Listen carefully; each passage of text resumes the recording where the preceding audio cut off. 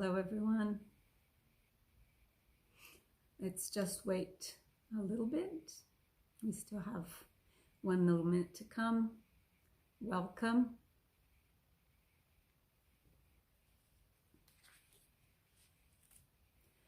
I hope you're all safe and well wherever it is in the world that you are at the moment. I'm here in Australia and it's pretty cold.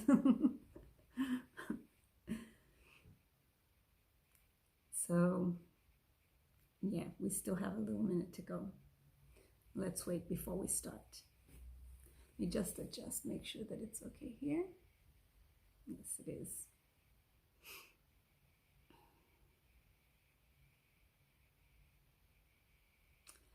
Okay, I think it's time for us to begin then. So welcome everyone, if you're watching now or if you're watching later, the recording. My name is Helen and I'm a volunteer at the Paul and Stephen Spiritist Center. And today I'm going to be talking about the topic marriage and challenge or opportunity. And the study of this topic is based on the Spiritist philosophy, and I'm basing myself in a few books that I'll share with you which books I'm using. Okay, so very welcome everyone. So before we normally start, I'm going to start with 2 different questions, and so people can think about them. So the first question is, are permanent unions of 2 individuals contrary to the law of nature? Okay, that's the first one. The second one is, does the absolute indissolubility of marriage belong to the law of nature or to the law of God? So we have these 2 questions so we can ponder on while we start with our prayer. Okay, we're going to connect with our spiritual mentors and guides to really prepare for what we're going to talk here today. It's a very important topic. Although we're talking about marriage, it's actually applicable to every relationship. Like any relationship, it would be applicable. So let's relax where we are. Let's take a deep breath and connect to ourselves. Feel our body. Elevate our thoughts and connect to our spiritual mentor. And as we feel our spiritual mentor close to us, we'll elevate even further our thoughts to connect to the spiritual mentors of the Paul and Stephen Spiritist Center, who are responsible for this, supporting our spiritual center and supporting this conversation that we're having here today. We ask our spiritual mentors to protect us and to inspire us. And may they visit our homes and help balance the energy where we are at the moment, bringing us peace, filling our hearts with hope and certainty that everything is the exact way as it should be. We thank them for the presence and we ask them to continue with us during this discussion. So be it. Thank you. So let's see. Going back to our question. So marriage, is it a challenge or an opportunity? Or is it both? So we started with 2 questions. And the first question, because I've heard some people saying that marriage, like the permanent union of 2 individuals, isn't natural. Like it doesn't seem like it's in nature. So Kardec asked that question to the spirits, and that's the question that I opened our conversation with. So is marriage like a permanent union, part of nature or the natural laws. And the spirits told Kardec that yes, and I'm going to quote, okay? It represents progress in the evolution of humankind. So the fact that two people decide to stay together in a permanent union is actually a sign of evolution of mankind. That's what the spirits tell us, and that's in question 695 of the Spirits book. But in 697, he asks about I'm probably going to mess this up, my English. It's the indissolubility. Indissolubility, yes. When you don't break up. So is the absolute indissolubility of the marriage something that is natural or divine, or is that created by man? So they ask if, for example, if people don't get along well after they're married, can they get a divorce, basically, translating into modern language? Is divorce something that's natural, a natural law? Is it possible or is it not possible? And what the spirits say is that the fact that in the past they thought that you could not, marriage should be forever, the spirits say that it is a human law that is quite contrary to the law of nature. But humans may modify their laws. Only those of nature are immutable. So if we get these two, they seem a little bit contradictory, isn't it? Because the first one, which is 695, says that marriage is actually a sign of evolution of mankind. And then when they asked if marriage is indissoluble or not, they say that it is possible that you don't continue married. And we're going to try to understand what they were trying to tell Kardec.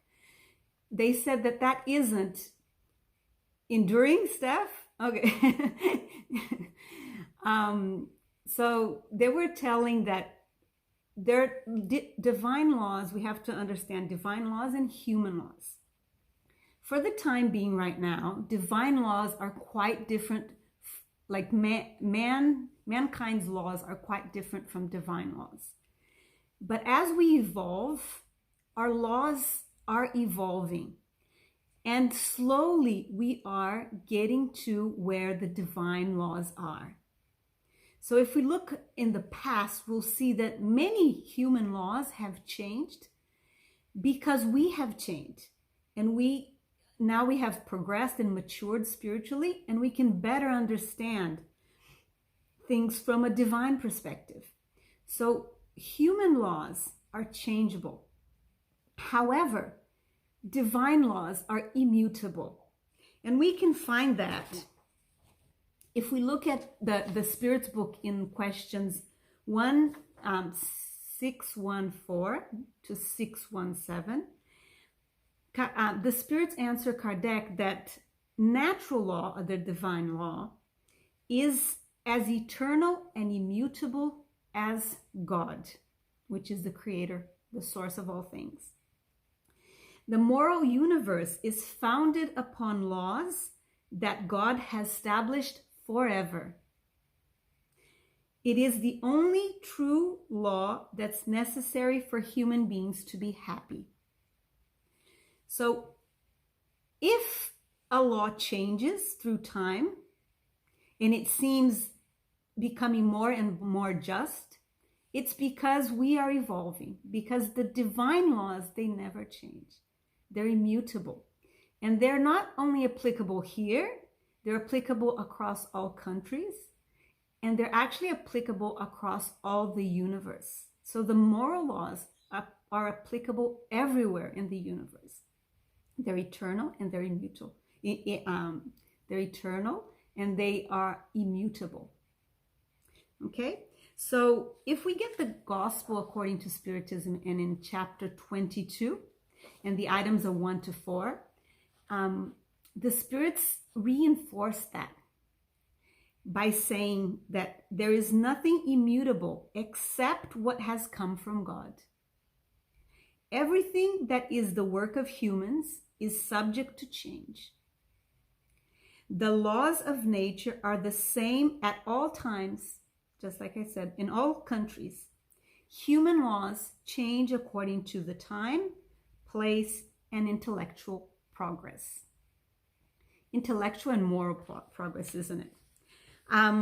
So if we return to the questions that Kardec asked, it's clearer to us that yes, it is a sign of progress when you have a affectionate relationship with someone, and it is long lasting, and it has a purpose, and it's a loving relationship, and you want it to last forever.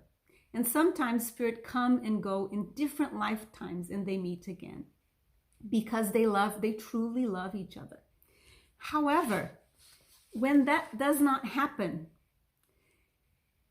and things get very, very complicated because of all the differences, and we're going to see it in a little minute, then it might be more advisable that this couple does not stay together. And we're going to have a look at that, okay?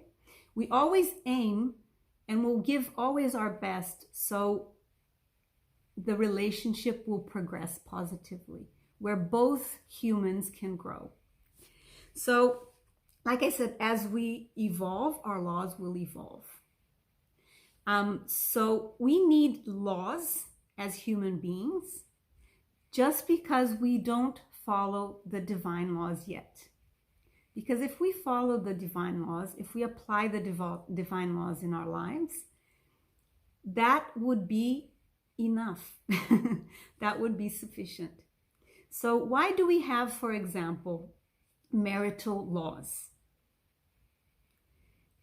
Divorce, laws related to divorce, laws related to behavior.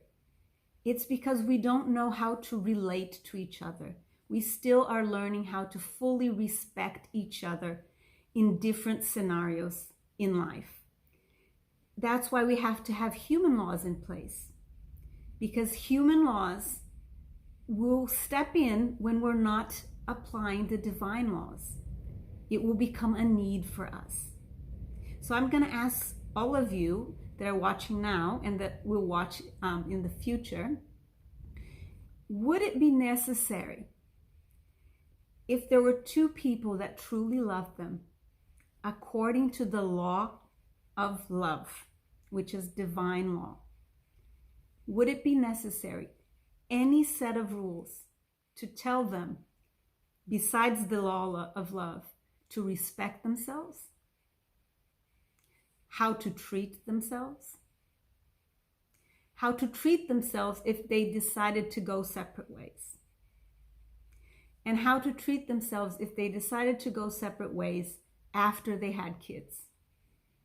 If we were truly living the divine laws and the law of love, would it be necessary for human law to say, look, after you set part, this has to happen so everyone is happy? Would we have to have that? So the reason why we have laws is because human laws, it's because we still need them. Why is there a law saying that you can't steal something from someone else, or else there will be a consequence to that? It's because we still don't understand that that is not ethical. That's not moral. Because if we truly understood, we would not need laws, external laws. For example, fidelity, when it comes to relationships, is that something that has to be explained if the person truly loves the other person? So we're still learning the divine laws, and that's why we need the human laws to kick in. So eventually we'll get there to the divine laws.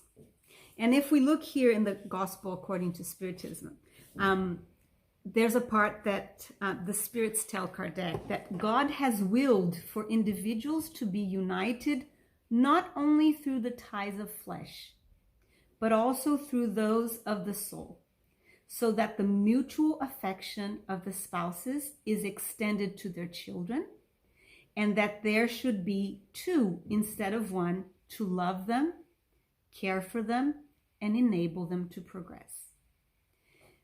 So when two people come together to form a family, that is important for all the family members, the two initial ones and all the ones to come, because the children need support, and it's hard being one parent to educate kids. So ideally, you would have two parents educating the kids. So both could give their input. So both could support, and they could support each other. So that is the ideal situation, and that's what we have to work towards. But sometimes it happens that there are challenges. So the marriage becomes a challenge for a series of things that sometimes we don't pay attention or we are not even aware. And it might be cultural differences. If anyone listening is in a relationship with somebody from a different culture, there are challenges even in the way we express ourselves, in what is appropriate or inappropriate in different cultures. So when two people come together, there's also the difference in upbringing. Even if they're in the same culture, they'll have the different upbringings. And some families educate in a certain way, some families educate in a different way. So when you come together, you have two completely different ways of understanding what is the best way to, say, upbring children or understanding of life. There's the set of belief systems. Everyone comes in to a relationship, and we're talking about marriage, but that is any relationship. They come in with all their adverse childhood experiences. So all the experiences they went through childhood, and maybe trauma that they went through as well through their life when they come into the relationship.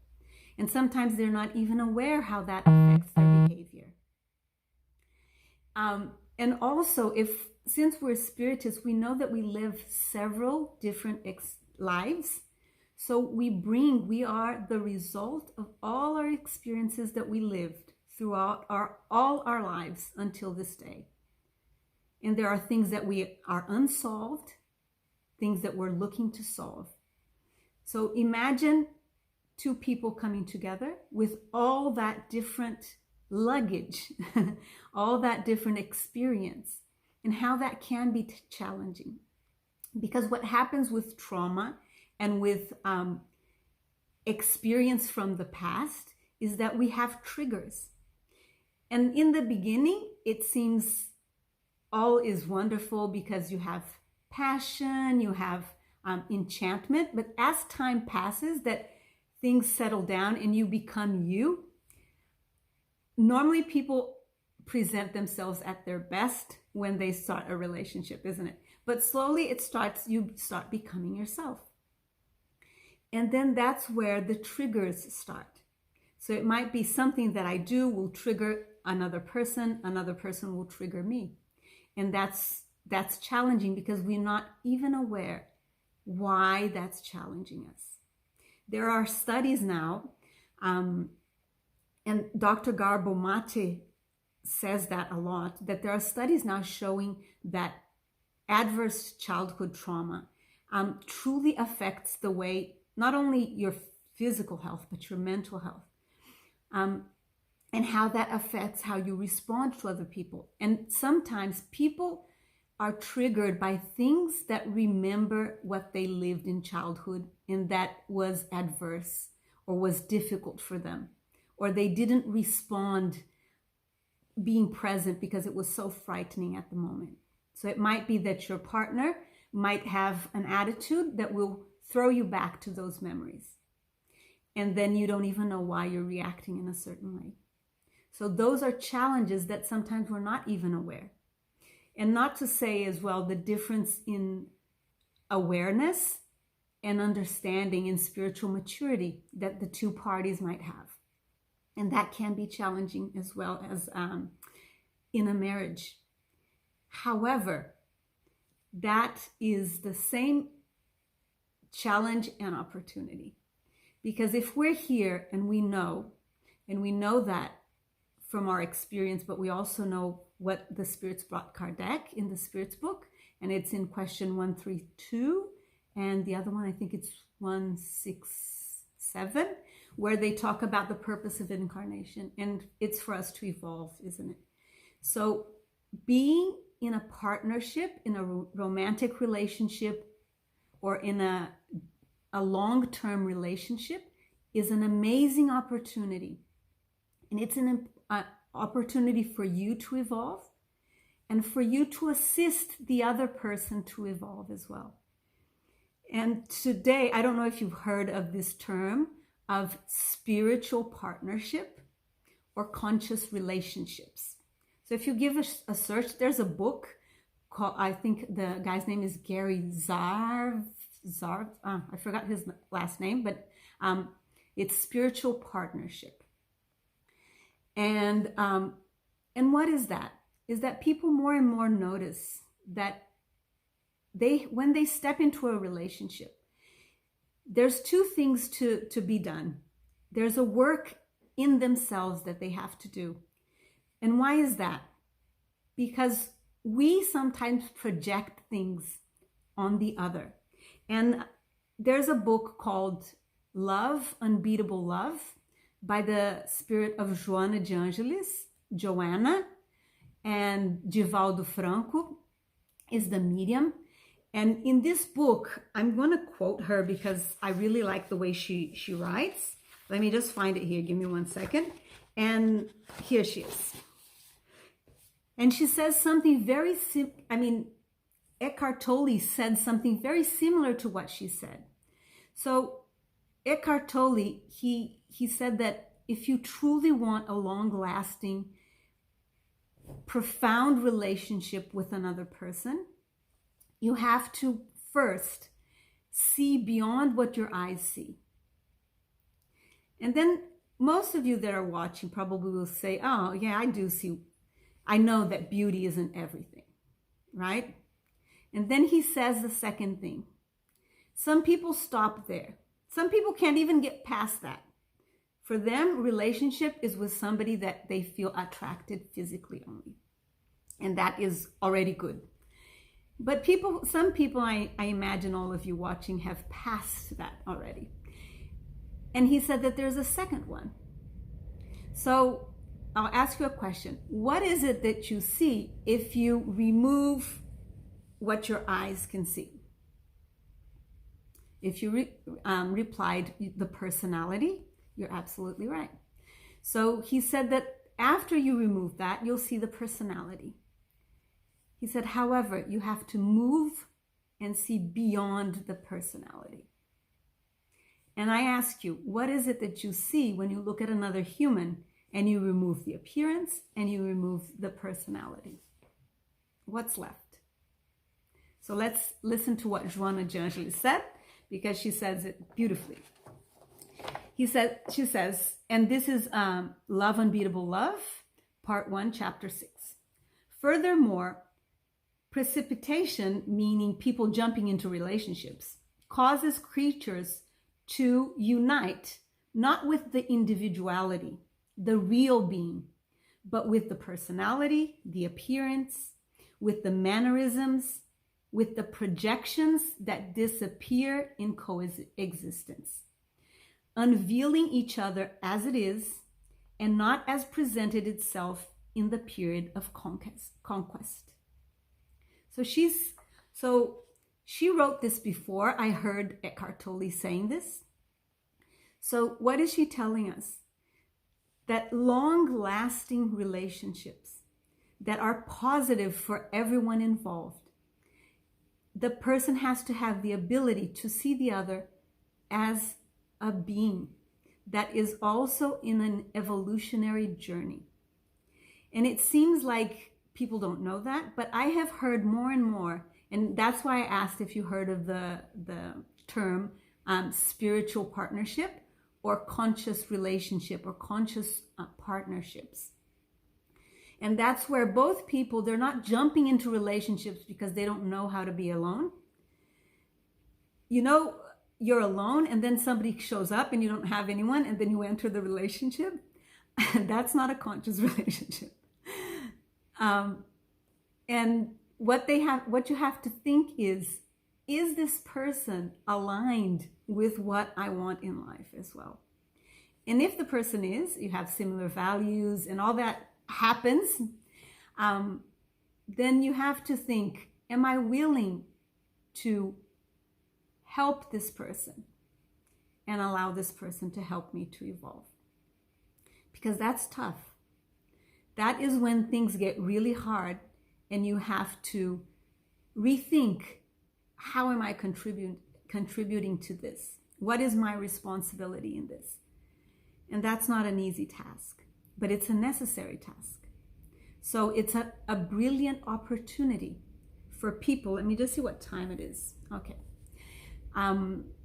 For people to develop an understanding of themselves and an understanding of another human being, and actually contributing, or at least offering a safe space for that person to go through their issues.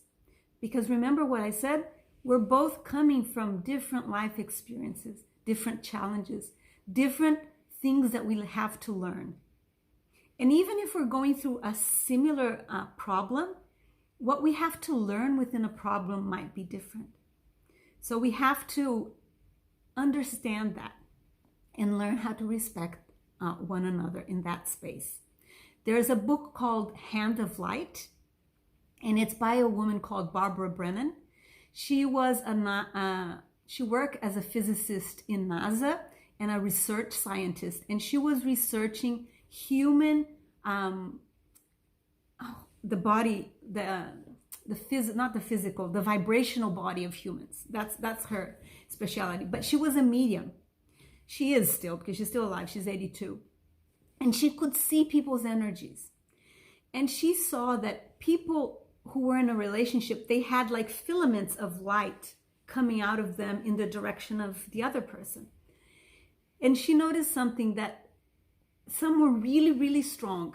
And she noticed that people who were in a long-term relationship, they were really, really thick kind of connection. And obviously energy is circulating both ways. And it's really tough because you have a responsibility, and that's what Joana de Angelis says, and I'm going to quote her here as well, that you have a responsibility for that other person's mental and well-being, in the sense that you're not 100% responsible, because the person has responsibility for themselves, but in regards to what you do to cause something, if you're the cause of a person's suffering. And listen to what Joana, because she says beautifully, every commitment which involves two individuals becomes therefore of great importance for the psychological behavior of both. Abrupt breakups, aggressive scenes, frivolous attitudes, vulgarity generate hurt and injury in the soul of the other person, as well as in the soul of the one doing it. So there's a responsibility, because we have this connection. And there's this opportunity as well. So if the relationship is unconscious, where people don't understand that there's two light beings or eternal beings that are trailing their path of development, and they're doing it side by side, maybe supporting other ones, which are their children, and they have the opportunity to develop something profound that might last lifetimes. Or not, but it doesn't matter. If you're with that person and your values are aligned, you have to learn to see beyond the physical and the personality. And there's, I watched this person. I'm going to read her name because she's young, but she said something very, very profound. And her name is Shiliana Ayana. And she has a website called Rising Women. And her husband has a podcast called Evolving Men or Evolved Men, something like that. And she says that sometimes we have to learn how to stay in relationships because we don't know how to. But sometimes we have to learn how to leave. So there's another aspect, and that's where the divorce comes in, where the Spirit says that sometimes it's necessary, because she says that there's something that you have to love more than the other, which is yourself. And when the other person is not collaborating and it is really detrimental to your mental health and sometimes your physical health, then you have to consider if it is your job to continue in that relationship or is it to learn how to leave. Because it's hard sometimes, isn't it, to learn how to leave. But you have to weigh so many things. But you have to consider that out of self-love. If someone is aggressive, and it might be someone who's physically aggressive, someone who is putting you in life danger, and sometimes even passive aggressiveness like gaslighting, which is incredibly detrimental to mental health of someone. And it might have effects for years and years to come. You have to consider, is it time to let go? So there's always an opportunity.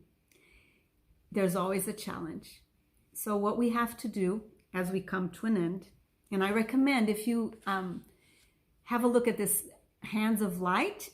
It's a very technical book, but if you like it, have a look so you can see, because she says that she could see that when people break up from a long-term relationship, and it might be a marriage, she could see like the cables were broken, and she could see those, it was like filaments hanging and rubbing on the floor, like against the floor. And that's how some people feel when they get a divorce or they separate, that it's like they opened your chest and all your organs are hanging out. And she says that that's not what happens. It's not your organs, but it's these magnetic links that you had to another person that had been abruptly broken. And that is painful until you heal. So based on what the Spirit says, it's an amazing indication of our evolution when we understand that we are able to commit and stay in a long-term relationship. However, we know that sometimes for people's own safety and well-being, they might be a need to step out of the relationship, as difficult as it may seem. And I have a friend that once told me, she said, I'm just going to hang on to this relationship because she believes in spiritism and reincarnation. I'm just going to hang on to the very end because I don't ever want to come back with this person. And then I said, well, yeah, I don't think that works that way. Because if you don't know, if you stay with that person, but you two don't really work to develop love to one another, then you're not really learning what you're supposed to learn. So if you are in a partnership right now, if you are in a relationship, start looking at your partner as this being of light that was put in your way, put in your past, and that you can support them, see beyond their personality, see beyond everything. However, it takes two to have a conscious partnership.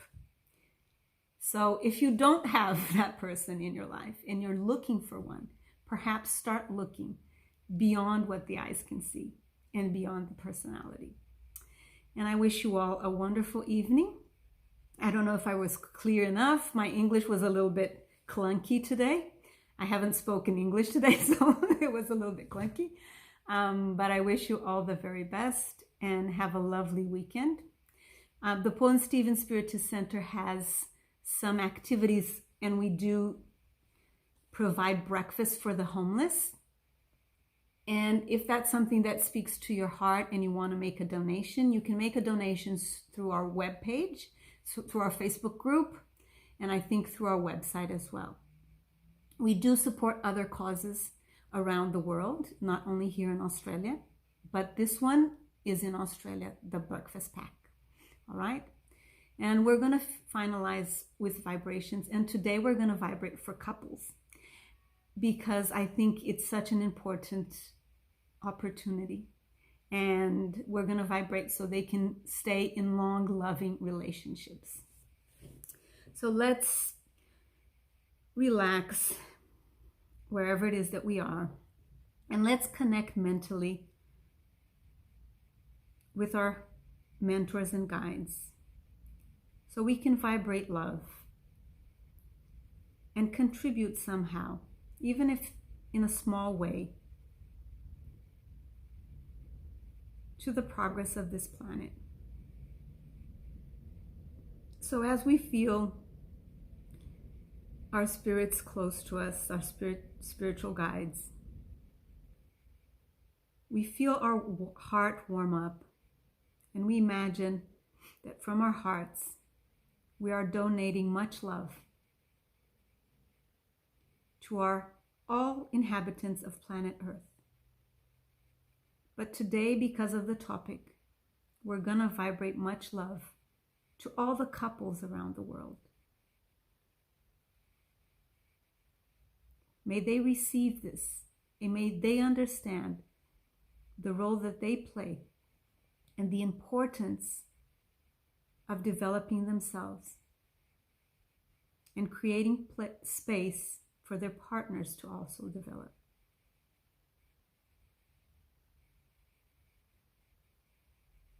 We vibrate much love for the children that might be involved in situations where the parents do not understand themselves anymore.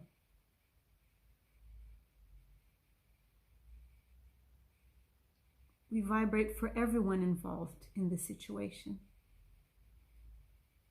We also ask to continue to support the ones that are already in the path of a spiritual partnership or a conscious partnership relationship. May they continue the good work. And may they contribute by their example to the ones around them. We also vibrate for all those who at this moment are looking for a relationship. May they somehow be in touch with their values and themselves, so they can find and they can relate to people in a way that respects the other, but also respects themselves.